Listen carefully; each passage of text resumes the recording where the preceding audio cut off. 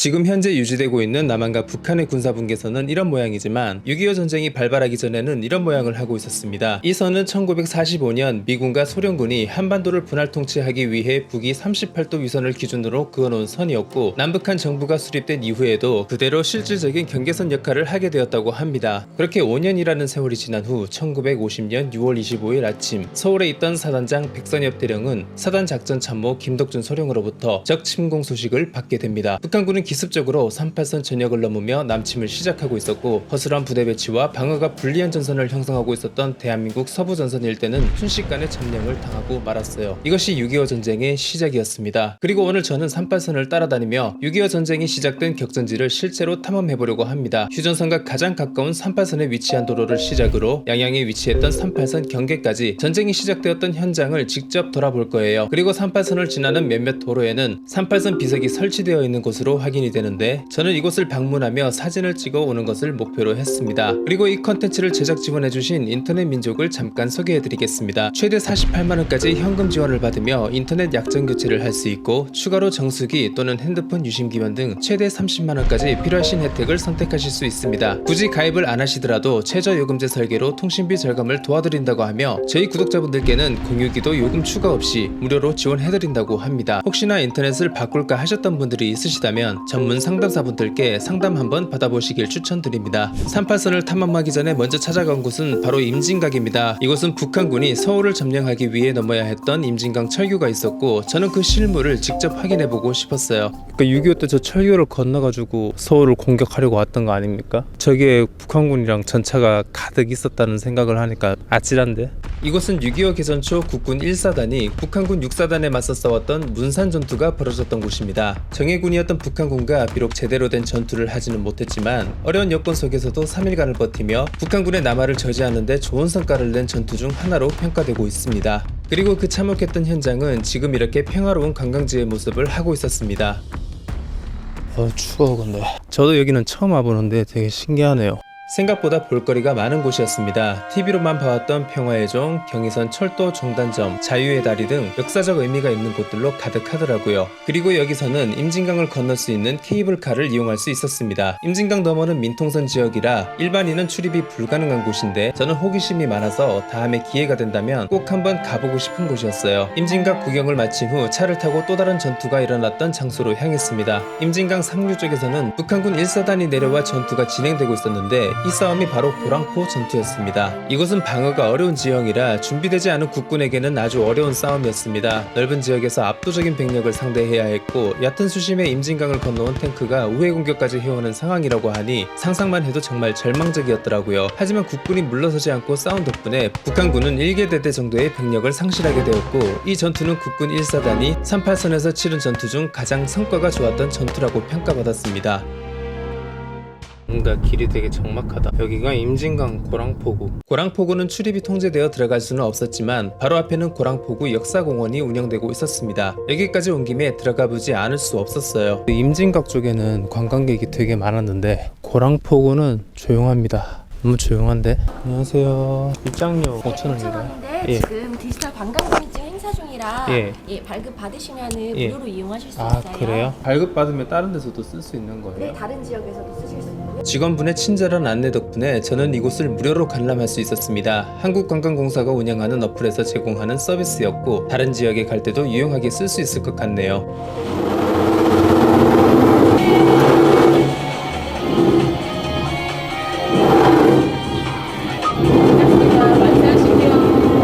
버려주시면 돼요. 감사합니다. 네. 생각보다 고퀄인데 기대했던 것보다 훨씬 즐거운 장소였습니다. 다양한 구경거리와 놀거리들이 있었고, 촬영만 아니었으면 오늘 여기서 놀다가 일정을 끝내고 싶을 정도였어요. 방금 총 쏴보면서 느낀 건 전쟁 나면 나 빨리 죽었을 것 같아. 이제 고랑포구를 떠나 가볼 곳은 휴전선에서 가장 가까운 38선 도로였는데요. 오늘 38선 도로 여행의 첫 시작 지점이기도 했습니다. 여기가 휴전선에서 제일 가까운 38선 도로일 겁니다. 여기서부터 38선 투어를 시작을 해볼 건데, 6.25 전쟁이 일어나기 전에는 여기가 북한이었던 거잖아요. 느낌이 묘합니다. 다른 타임라인에서는 여기가 북한 땅이었고 밟지 못할 땅이었다는 것을 생각하니까. 그렇게 저는 연천군의 한 38선 도로에서 첫 번째 38선 표지석을 찾았습니다. 이런 거 보면 참 시대 정신이라는 게 있는 것 같아요. 그 시대마다 사람들이 원하고 생각하는 건 다를 수밖에 없는 것 같고, 그래서 이렇게 세대 차이가 또 나는 것 같고요. 그리고 이 근처에는 38선 마을이라는 곳이 있어서 가봤는데요. 일부러 와봄직한 마을은 아닌 것 같아요. 사실 별게 없습니다. 별거 없어요. 다음 코스로 가기 위해 다리를 건너다 보니 고랑포전투에서 탱크가 건너왔을 만한 얕은 수심의 임진강을 볼 수 있었습니다. 이런 데는 전차들이 또 건너올 수 있으니까 이런 걸 노리고 임진강 상류 쪽으로 온 것 같아요. 학교 다닐 때 이런 거 간식으로 나올 때 되게 좋아했었어요. 피크닉이라고. 그리고 토스트를 사와봤는데 맛있어. 여유있게 일정을 잡았어요. 물론 운전만 하면은 거기까지 도달하는 건 쉬운데 촬영을 하면서 가는 건 좀 쉽지 않은 것 같아서 그렇게 간단히 식사를 마친 후 다음 38선 도로를 향했습니다. 그 와중에 다시 만나서 반가운 다리가 있었는데요. 저 다리가 이제 동이대교인데 예전에 제가 휴전선 컨텐츠 할 때 저 다리를 건너면서 와 다리 예쁘다 하면서 건넜던 기억이 나요. 동이대교를 건너 도착한 곳은 연천과 동두천을 잇는 3번 국도였습니다. 6.25 전쟁 당시 북한군은 서울을 조기 점령하기 위해 동두천, 포천에서 의정부로 이어지는 경로에 병력을 집중시켰는데 이중 북한군 4사단이 연천, 동두천 방면을 공격해오며 동두천 전투가 시작되었습니다. 그리고 바로 이 3번 국도는 4사단의 공격 루트 중 하나였어요. 알고 보니까 이 도로가 제가 저번 영상 지하철 1호선 영상에서 연천역 갈 때 타고 왔던 도로더라고요. 뭔가 익숙한 풍경이라고 생각했는데 불과 열흘 전에 콘텐츠 때문에 왔던 도로였습니다. 하지만 해가 지고 이곳을 통과했던지라 여기에 38선 표지석이 있는 줄은 모르고 지나갔더라고요. 38선 비석을 찾았습니다.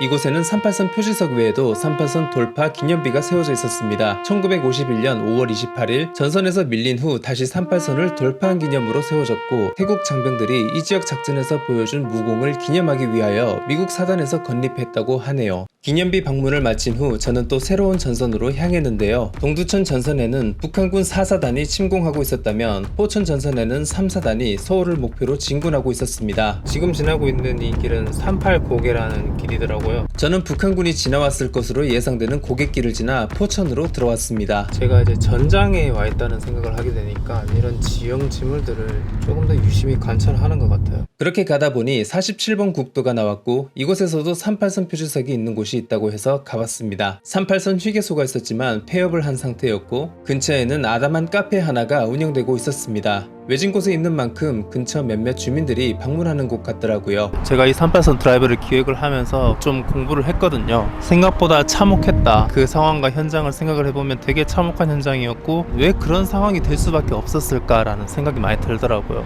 그리고 이런 걸 반면교사 삼아서 절대 우리가 방심을 하는 일은 없어야 된다는 생각이 들더라고요. 북한군의 철저한 계획에 의해 이루어진 전쟁이기는 했지만 국군의 방어 체계는 심각한 상황이었습니다. 특히나 북한군의 주력이 투입된 동두천과 포천은 국군이 공세를 버틸 만한 전력이 준비되지 않았었고 이곳이 밀리면서 3일 만에 서울을 점령당하는 참사가 일어나고 말았습니다. 이제 경기도 전선을 떠나 강원도로 가볼 건데요. 강원도의 첫 번째 목적지는 춘천입니다. 그리고 저는 겁도 없이 이 커다란 산을 타고 목적지로 가기로 했는데 오우 쉣 커브길을 한번 돌자마자 여기로 온 것을 후회했습니다. 이제 여기서부터가 5번 국도입니다. 5번 국도는 북한군 2사단이 춘천을 공격하기 위해 이용했던 도로입니다. 6월 25일 새벽 북한군은 38선 일대에 위치했던 국군 6사단의 전초기지에 공격준비 사격을 퍼부은 후 남진을 시작했어요. 그리고 북한군이 공격준비를 하고 있었을 이 부근에서 저는 38선 비석을 볼 수 있었습니다. 뭐가 있을 줄 알고 왔는데 뭐가 없습니다. 민박집도 다 문 닫은 것 같고요. 차가 있는 거 보면 누가 사는 것 같긴 한데 38선에 왔습니다. 제가 분명히 38선 탑이라고 돼 있는 걸 확인하고 왔거든요. 저는 네이버를 통해 분명 이런 장면을 볼 수 있을 거라 생각했는데 확인해보니 누군가 카페 리뷰를 여기다 잘못 올린 것이었고 저는 미끼를 물어버렸던 것이었습니다. 그리고 나오는 길에 저는 38선 비석을 하나 더 발견해서 사진을 찍었고 국군과 북한군의 본격적인 전투가 벌어졌던 춘천 시내로 향했습니다. 그렇게 제가 먼저 향한 곳은 옥산포였습니다. 이곳은 국군 6사단이 방심하고 들어온 북한군을 측면 공격으로 무찔러 6.25 전쟁 최초로 승리를 했던 역사적인 전투가 있던 곳이었습니다. 옥산포라고 불리던 그곳, 한국군한테 뒤지게 얻어터졌다. 국군의 성공적인 전투는 여기서 끝나지 않았습니다. 봉이산에 주둔하고 있던 포병대는 소양강을 우회해서 건너려던 북한군을 대량으로 살상했고 북한군의 춘천 점령을 계속해서 좌절시킬 수 있었습니다. 이후 국군은 금병산과 원창고개의 진지를 구축 후 또다시 북한군을 맞을 준비를 했어요. 이 앞에 소양 1교가 있고 저 앞에 있는 이제 산이 봉이산인데 저 봉이산에서 매복을 했다가 북한군이 들어올 때 쳤다고 합니다. 되게 멋졌잖아. 그렇게 저는 조금은 들뜬 마음으로 소양강 앞에 잠시 머무르기로 했습니다. 좋네. 여기 되게 낭만 있다. 너무 예쁘지 않아요? 와 진짜 너무 예뻐. 소양강 산책할 마음이 없다가도 산책이 하고 싶어지는 도로인데요. 그냥 좀 걷고 싶다. 평소 아무렇지 않게 방문했었던 춘천이 오늘은 뭔가 다르게 느껴졌습니다. 항상 닭갈비, 막국수만 생각하던 곳이었는데 이날만은 대한민국 국군에 대한 자부심이 차오르는 곳이었어요. 소양강 산책을 마친 후 이날의 마지막 목적지인 화천으로 향했습니다. 오봉산 배우령길 한가운데에 38선 비석이 있다고 해서 찾아갔는데 저번 한강에 이어 시즌 2호 길막이 발생했습니다. 아니 왜 강원도만 오면 이렇게 길이 막히냐? 뜻하지 않게 실패. 어차피 숙소는 춘천에 있었기 때문에 왔던 길을 다시 돌아가야 했고 이번에도 챗 GPT를 통해 맛집 추천을 받아 한 막국수 집으로 향했습니다. 이 막국수는 12,000원입니다. 기본 9,000원짜리 시키려다가 여길 또 언제 올까 싶어서 눈 딱 감고 시켜봤는데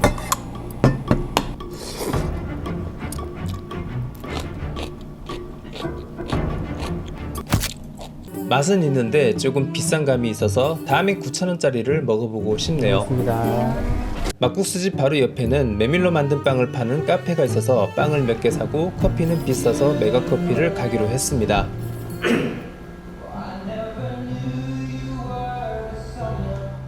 해가 저물어가는 춘천 참 아름답네요. 전쟁 때도 이런 노을을 볼 수 있을 거 아니에요. 전쟁 중에 병사들은 노을을 보면 어떤 생각이 들까? 군대에 있을 때 나는 어땠더라? 그냥 노을을 본 기억이 안 나는데 그때 기억을 지워버린 건가? 다음날 38선 일정을 위해 이제 숙소에서 휴식을 가지기로 했습니다. 여기는 11번가에서 35,000원에 예약할 수 있는 숙소였고 가격도 가격인지라 이번에도 큰 기대 없이 들어갔는데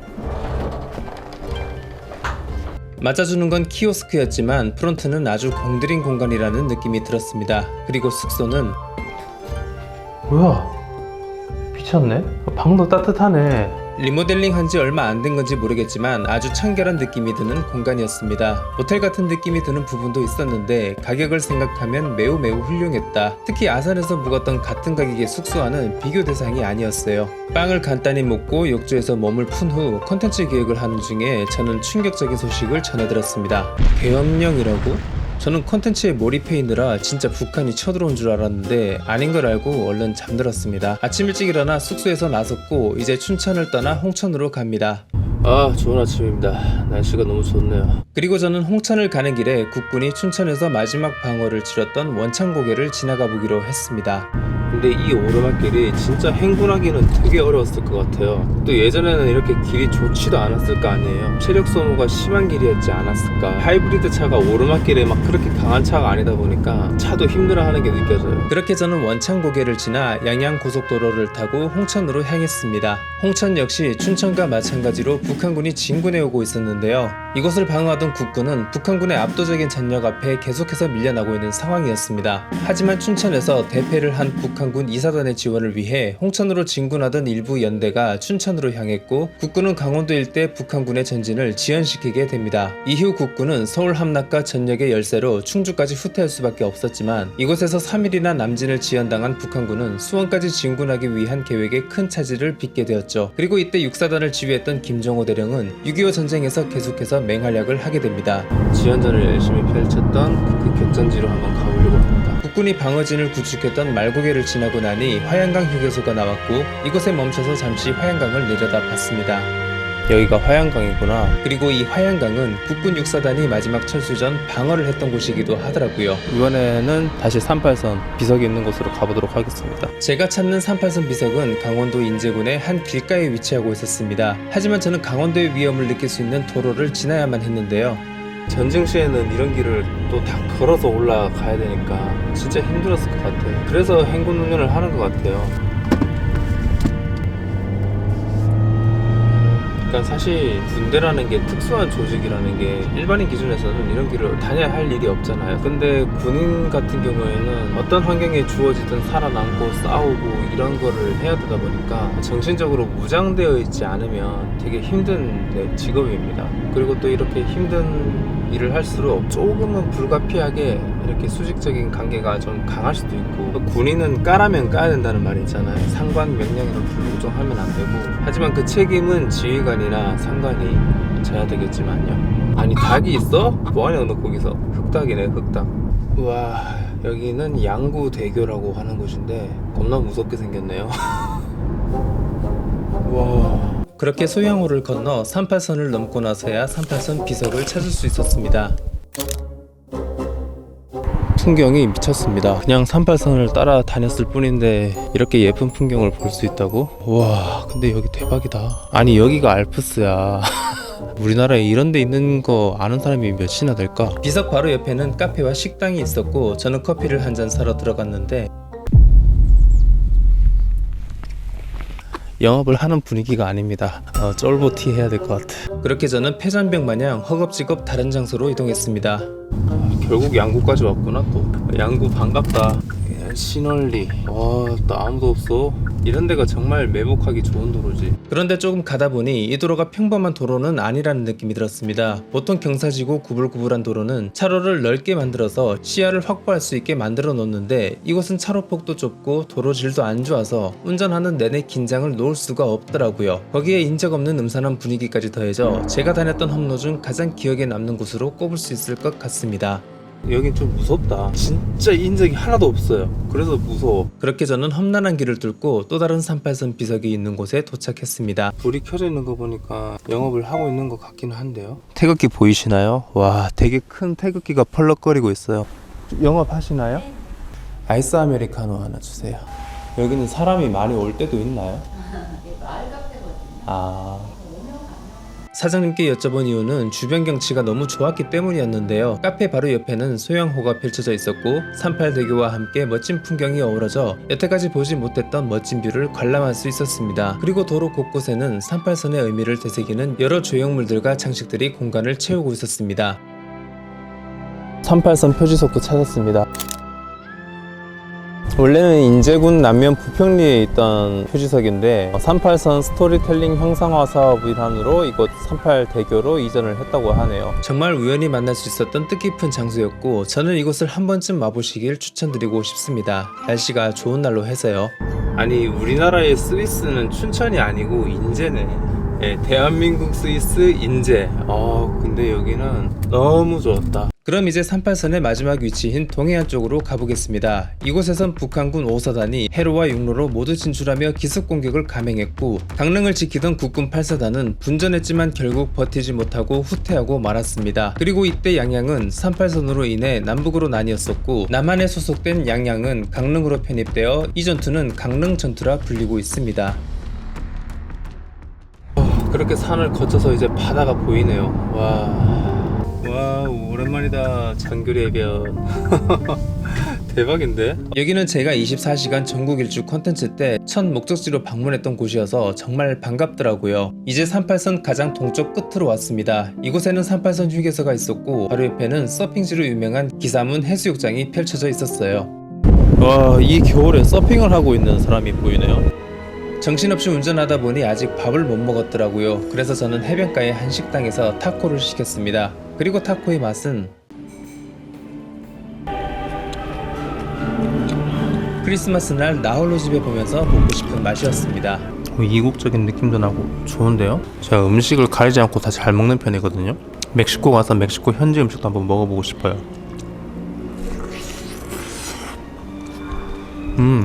저는 여기서 이번 여행 마지막 식사를 마쳤고, 마지막 미션인 38선 비석 사진 찍기를 마무리했습니다.